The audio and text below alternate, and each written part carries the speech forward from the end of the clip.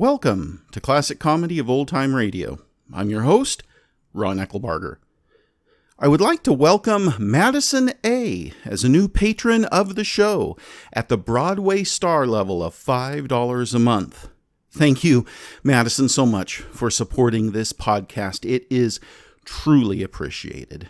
And, of course, now you have access to the patron-only videos that are out there, which are currently videos of the life of Riley, but starring Jackie Gleason in the role of Riley instead of William Bendix. Eventually, though, we will get to the videos of the life of Riley, the TV show that did star William Bendix. But for now, there is the season with Jackie Gleason in the starring role. Well, today we get to live that life of Riley. This is episode number 143, and it is entitled, Riley's Birthday is Forgotten. Oh no. Today's show originally aired on February 8th, 1947. It starts with D and ends with T. That's Dreft, the greatest suds discovery in 2,000 years. Dreft brings you The Life of Riley.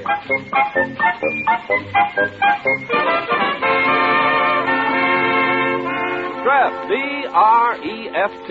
Dreft, Procter & Gamble's sudsing miracle for washing silks, woolens, nylons, dishes, presents The Life of Riley with William Bendix as Riley.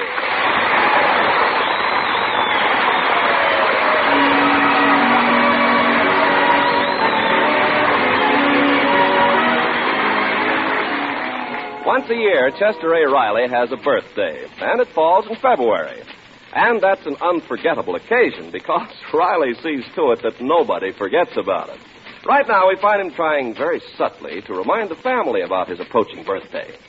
Well, what do you know? If that don't beat everything. What does, Pop? What a coincidence. What's a coincidence, Riley? February again. Well, what of it, Daddy? Oh, nothing. Nothing. Only February's a pretty important month. Lots of people were born in February. Important people. Yeah, George Washington. True. But there were other important people. Oh, Abraham Lincoln. Yes. Well, let me put it another way. What other important day is there in February? Look at me and think. Groundhog Day? Just for that, Junior. Oh, stop, Riley. We know it's your birthday this month. Oh, you know. Well, sure. We're only teasing you, Daddy. I knew it all the time. As if you'd forget. As if you'd let us. Well, I was merely trying to make some interesting conversation. Go on. I'm wise to you, Pop. You're just hinting around for presents. Me hinting? Why should I hint, Junior? First of all, I don't want none of you to buy me no presents. But, Riley... No presents. My head's made up. Believe me, I'd love you all just as much if you gave me nothing.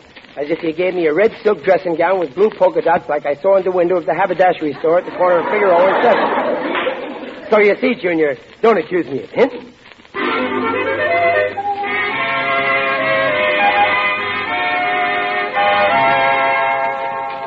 So today's your birthday, Riley. Well, congratulations. Thanks, Gillis. Yeah, another year gone. Remember when we were kids, Gillis? You said you'd be president before you were 40, and I said I'd be president? Yeah, and here we are, and neither one of us is president. Boy, are we lucky. Hey, tell me, Riley, how'd you make out with your birthday presents? Well, I didn't get any yet. What? Your family forgot you? Oh, no, they were giving to me, all right. I left the house so early, everybody was still asleep. Boy, my family sure come through on my birthday. They give me such expensive presents it'll take me 2 years to pay for them. What do you figure your brood is getting you, Riley? Well, I don't know. I told them not to get me nothing this year. Have you gone for joint? No, you don't understand. I tell them that every year. But my family's got too much respect for me to listen to what I tell them.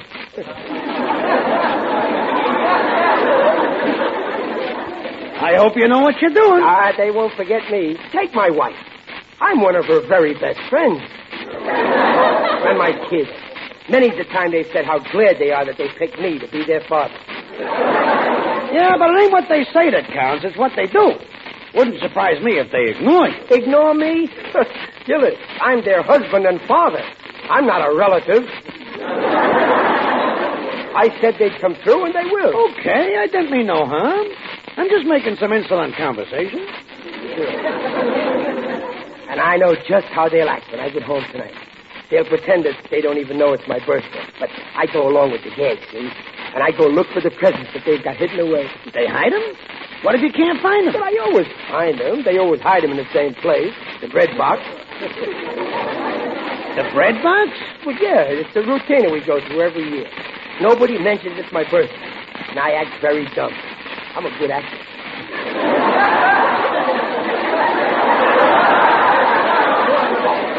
Then I bread box for a piece of bread, and there's my present, covered with caraway seeds.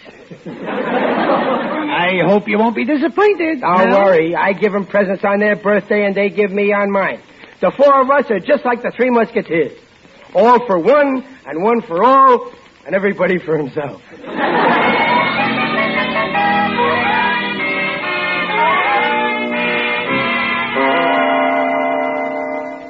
Oh, Mother, that dressing gown's stunning. Are you sure it's the one Pop wanted? It's the one, all right. The clerk told me a man had been in to look at it several times, told him to hold the gown till a certain woman came in and bought it.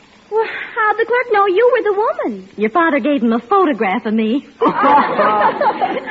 what a guy. He thinks of everything. Oh, Daddy'll be tickled. Junior and I bought him that pair of shoe trees. Oh, that was sweet of you children. He's never had shoe trees. Oh, let's give him the stuff right after supper. No, Junior. Now, after all, his birthday's not till tomorrow. We'll give it to him then. It's nice when it falls on a Sunday. Okay, but you know, Pop, the minute he comes home, he'll start trying to find out what he's getting. Well, we won't let on. He'll have to be patient till tomorrow. Oh, that's your father. Now, quick, hide the gown. Oh, well, give it to me. I'll put it in my room. Hiya, Duffin. Hiya, Junior. Hiya, Pop. Oh, hello, dear. You're home early. Well, yeah, hey, where's Babs? Oh, here I am, Daddy. Oh, good. We're all together. Ain't it a beautiful day? A day like this only comes once a year. Yes, sir. Once a year. Well, I hope it's nice tomorrow. Well, who cares about tomorrow? Today's the day I'm interested in. What did you say? Nothing, dear. Oh. Yes, sir. Today's the kind of a day that makes you sing. M is for the million things she gave me. What's the song, Pop? But it's an old song. It's called Father.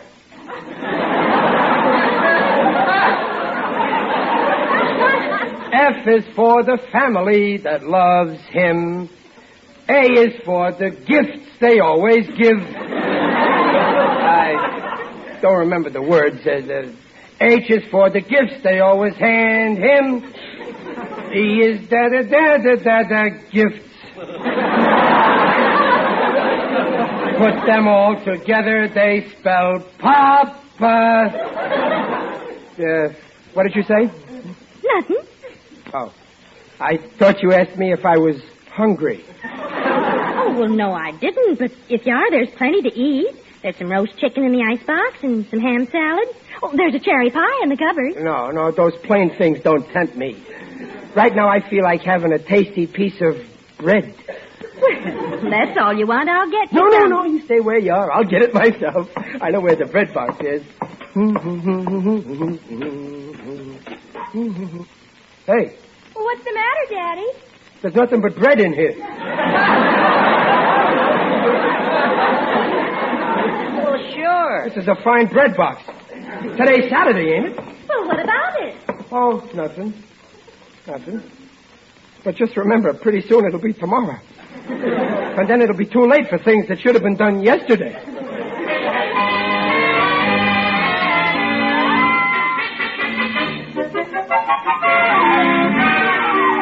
You, Mr. Riley. It's me, Waldo Binney. Oh, hello, Waldo. How's my little neighbor? Oh, my sagging sacroiliac. been all over town hunting for a Valentine to send my wife, and I just couldn't find one that was suitable. Well, how come? There's millions of Valentines. Yes, but they all say, I love you. Well, what kind of a Valentine do you want, anyway? Well, I composed a Valentine poem especially for her, but I don't know whether I ought to send it. It goes like this. If I were Danny Cupid, oh, I would have such fun. I wouldn't shoot you with an arrow. I'd use a rocket gun. Well, maybe you better not send that to her. No, I guess not. Ah, life is hard. We all got our troubles, Waldo.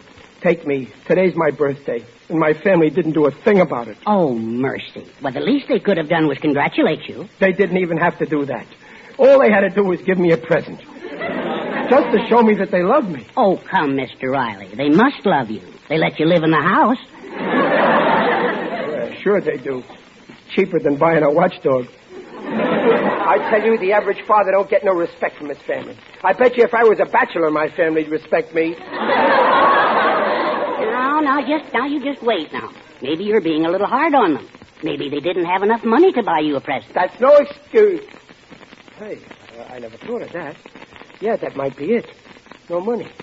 But I bet you if they had money, they'd buy me a gorgeous present. Well, there's one way of finding out. Slip them some money without their knowing it. And if they love you, they'll rush right out and buy you a present. Yeah. How much should I give them? $1? Well, it's up to you. It's your gift. Oh, yeah. $7.50?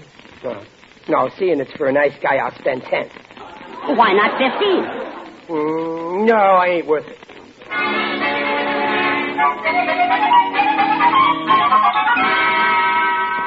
Oh, hello, Pop. Goodbye, Pop. Oh, wait a minute, son. Where you going? Over to Egghead Gillis's. Oh, that's not... Hey, Junior, look out. Hey, what's the matter? Well, you just dropped $10.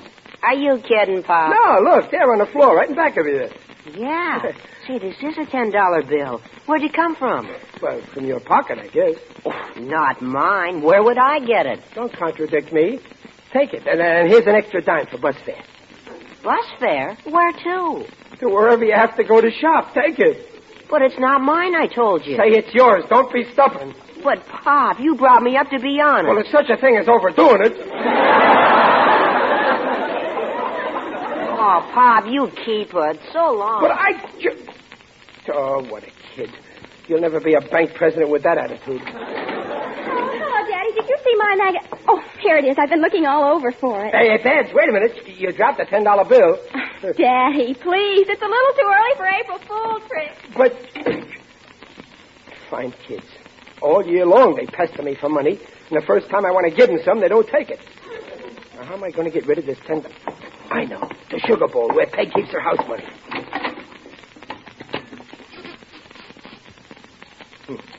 7 cents. Couldn't get me much with that. Now, I'll just slip in the $10. Stealing from the sugar bowl again. Hey, Oh, you ought to be ashamed. But, Peg, I was just... This bill was... I wasn't taking... You're hanging an innocent man. I wasn't taking this bill out. Oh, I suppose you were putting it in. Yeah, that's just what I... No, you're right. I was taking it out. Oh, well, hand it over. Well, sure. Here, Dumpling. Hands up. Where did I get... Surprised it was in there, huh? What? Oh, nonsense. I knew it was there all the time.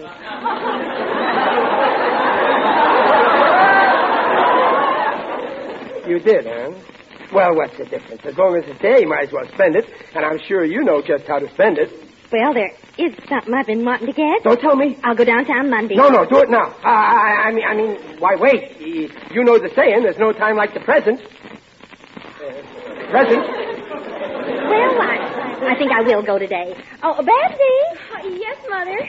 Say, I've got some shopping to do, dear. Do you want to come? All right. Well, let's go then. See you later, Riley. Yes, sir. Now make sure you get the right size. Oh, what are you going to buy, Mother?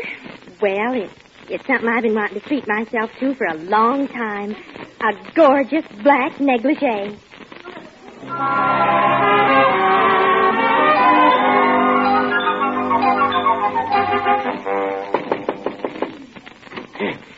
Well, here I am, Riley.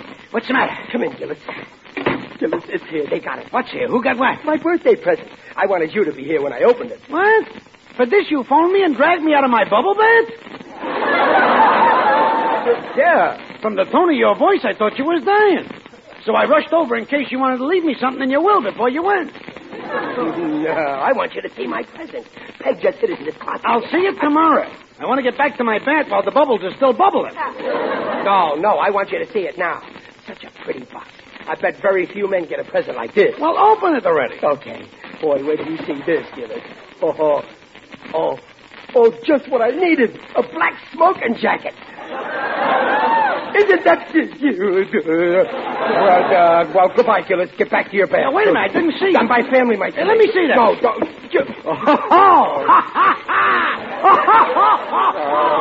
So they got you a smoking jacket, huh? It's a new style. With pink forget-me-not.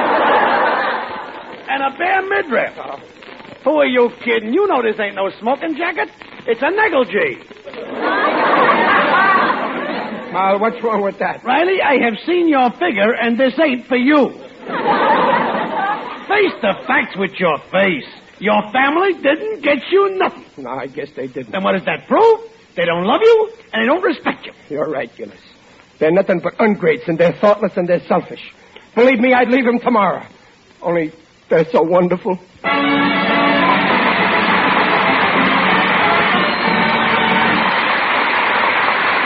In just a moment, we'll hear the second act of The Life of Riley. Meantime, this is Ken Carpenter with a word about a miracle. A sudsing miracle, to be exact. Yes, that's Dreft, Procter & Gamble's amazing suds discovery that gets dishes so clean they shine even without wiping. Think of it, ladies. With Dreft to do your dishwashing, you can set a beautiful table at every meal. A table with dishes and glasses that sparkle like jewels, whether you've polished them or not. How can Dreft do this? Just listen. Friends, Dreft is different from any soap or soap flakes you ever used. For example, you know what happens when you wash your dishes in soap. They dry with a cloudy film unless you wipe and polish them. But Dreft suds never. Dreft's rich suds rinse absolutely clean and clear. Leave no streaky soap film. So with Dreft, your pretty china and glasses dry crystal clear, even without polishing. Yes, you'll be proud of the way those dishes sparkle, ladies, and you'll be proud of the way pots and pans shine, too. Actually, Dreft gets rid of grease the way no soap could ever do. Dreft's kind to your hands, too. Yes, ladies, Dreft is a dishwashing miracle on every count. Try it Monday morning, bright and early. Get that bright green package of Dreft. The amazing suds discovery that gets dishes so clean they shine even without wiping. Remember, don't get left, get Dreft. And now back to The Life of Riley with William Bendix as Riley. Well, poor Riley has finally figured out a plan to remind his forgetful family that today is his birthday. Right now, he's on his way to a broadcasting studio downtown. Station KLY. Yes, we do. That program is called Uncle Randolph's Kitty Party. Just send us the name and the age of the child, and Uncle Randolph will be happy to announce birthday greetings over the air. You're welcome. Pardon me, miss. Yes, sir? Is this where they have that program that announces birthdays? Yes, sir. Well, can I get one on tonight's program? Well, I think so. Just fill out this slip with the details. Oh, thanks, miss, thanks. There. I'll take it. Oh, thanks again, miss. This is going to make somebody very happy. Oh, that's fine. Make sure the little darling listens in. Don't worry, I'll listen.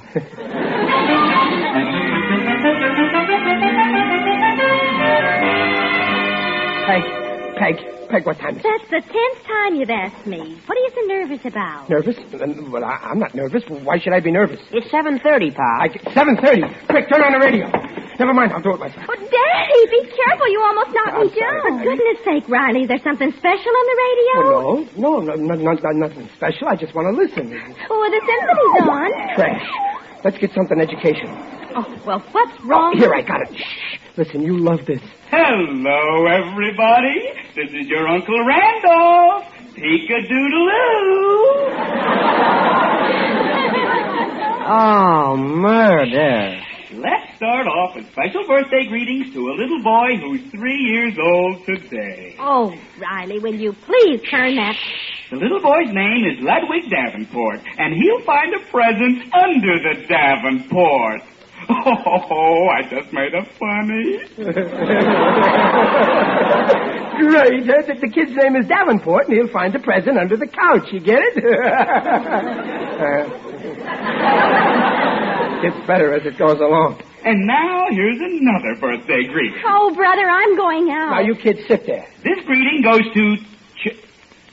Listen to this, Peg. This is a good part. Oh, heavens to Betsy, your Uncle Randolph can't quite make out this name. Put on your glasses, you dope. Shut it off, Riley. But I don't want to disappoint anyone. I'll try once more. Now, it seems to be Chess.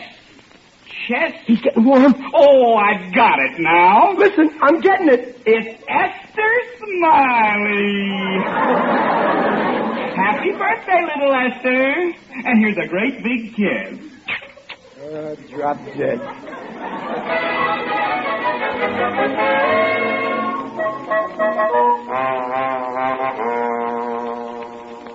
What a family.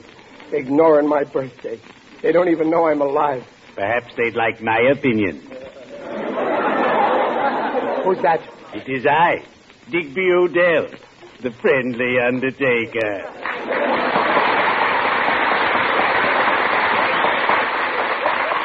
Oh, hello, Digger. Greetings, Riley. You're looking fine. Very natural. Oh, what are you doing around here, Digger? Oh, I'm on my way to interview a new assistant for my business establishment. Oh, did you fire the other one? Yes. He was a former elevator operator. And whenever he opened the door to admit a client, from force of habit he said, "Going down."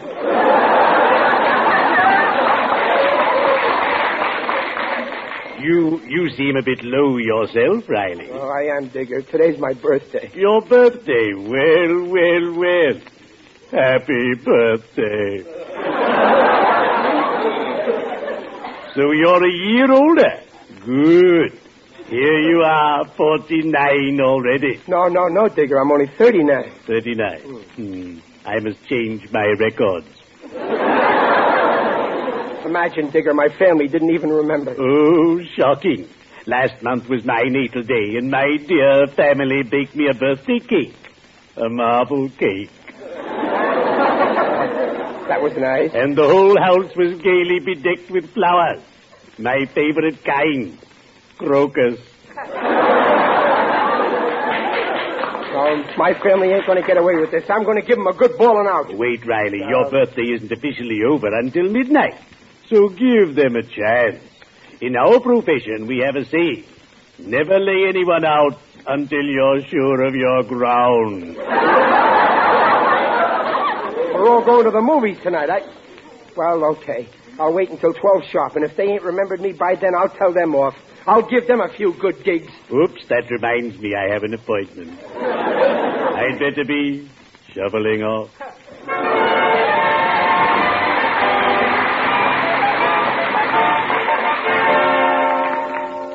Oh, Riley, open the door. What's taking you so long? Haven't you got the key? I got it. I'm just trying to see what time it is. It's almost midnight. Oh, boy, am I sleepy. That was a long movie. Yes, but it was a wonderful picture. Yeah, very interesting title. The best birthdays of our lives.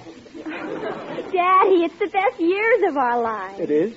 Now, what made me think of birthdays all of a sudden? I'm going to bed. Oh, me too. Good night. Wait, come back. I got something to tell you. What is it? What time is it? 1 minute to 12. I'm going to hit the hay. Wait, Junior. I want everybody to hear this. Hear what, Riley? Yeah, spill it, Pa. Well, here's what I have to say. Babs, what time is it now? Well, she just told you, Riley. It's I almost... want the exact time. Oh, Daddy, well, let's see. It's 10 seconds to 12. What's gotten into you? 20, and in 10 seconds it's coming out. 1, 2, 3, Oh, Riley, 4, will you get away from that door? Let us go to bed. 7, 8, Hey, Pop, let go of my arm. 9, 10. The time has come. I gave you your chance, but you didn't take advantage of me. Well, now I can tell you. You ought to be ashamed, that's what. What on earth are you talking about? Forget me on my own birthday, that's what. Your Hey, birthday? you don't even know about it. This morning was my birthday, and not one of you remembered me. Oh, but Daddy, Pop, your birthday is... Junior. Let your father talk. Go on, Riley. You didn't have to give me an expensive gift or a fancy party. There's lots of little ways you could have remembered me. How long does it take to stick a few candles in a cupcake? Or spell out happy birthday, Daddy, with frankfurters. Are you finished, Riley? I'm just starting. But after all I've done for you, Peg, when Babs was going to be born and you were afraid to go to the hospital, didn't I offer to go instead of you?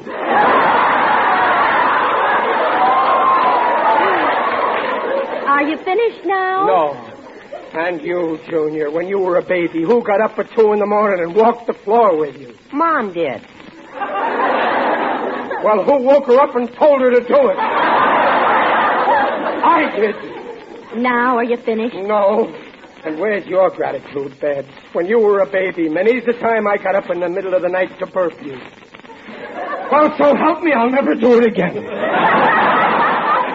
Are you finished now? Yes. Well, then listen to me. Your birthday is not on Saturday. It's on Sunday. It just started. Oh, don't try to get out of it that way. It's on Saturday. You see, here's the proof. This calendar in my wallet. Saturday, February 9th. Well, what do you say now? That's last year's calendar. This year, the 9th is on a Sunday. Well, how could it... And what's more, your ungrateful wife and children didn't forget you. Babs, go get your father's present. Wait a minute. You didn't forget my birthday? And you got me a present? You all love me? Of course we do. What a revolting development this is. And next time, you have a little more faith in your family. Oh, Dumpling, I'm so ashamed. Junior, Babs, how can you ever forgive me? I said such terrible things when you're so wonderful, all of you. Oh, there. Now, don't cry. We all make mistakes. I'm not crying because I made a mistake. I'm crying because I'm so happy.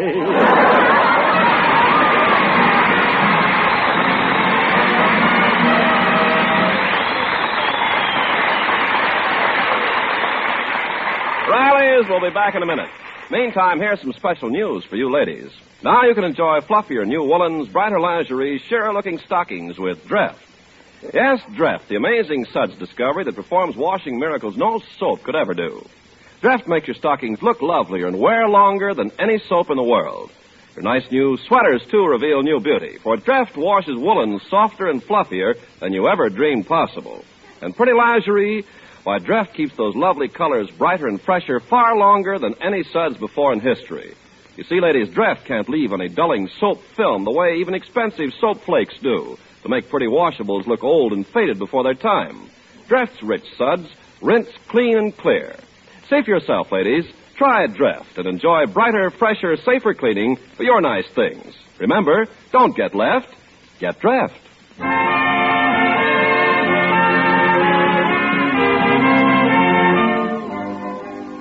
Oh, this dressing gown is gorgeous. And my own initials.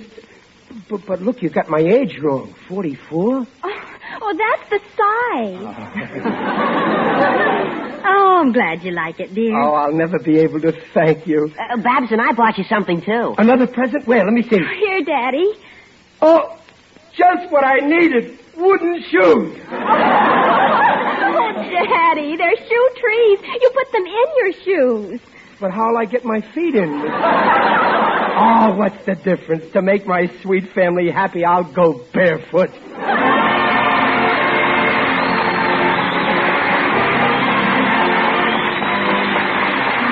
Procter & Gamble, makers of Dreft, the sudsing miracle for silks, nylons, woolens, dishes, invites you to be their guests next week to hear The Life of Riley with William Bendix as Riley. The Life of Riley is produced by Irving Brecker and is directed by Don Bernard. Music by Lou Kozloff. The script was written by Reuben Ship, Alan Lipscott, and Jack Brecker. Mrs. Riley is Paula Winslow, Digger Odell is John Brown, Junior is Tommy Cook, Babs is Barbara Eiler, Waldo is Dink Trout. Others were Herb Vigran and Mary Jane Croft. This is Ken Carpenter inviting you to listen again next week to The Life of Riley and reminding you for faster, brighter, safer cleaning than any suds before in history, use Dreft. Don't get left, get Dreft.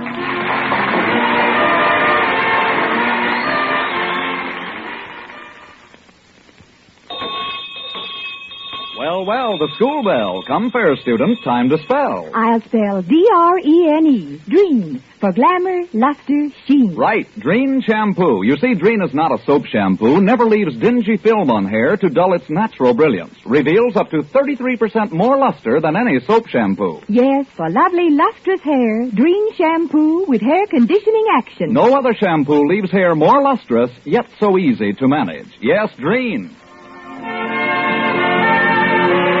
Listen again next week when Draft, the sudsing miracle for silks, nylons, woolens, dishes, brings you The Life of Riley.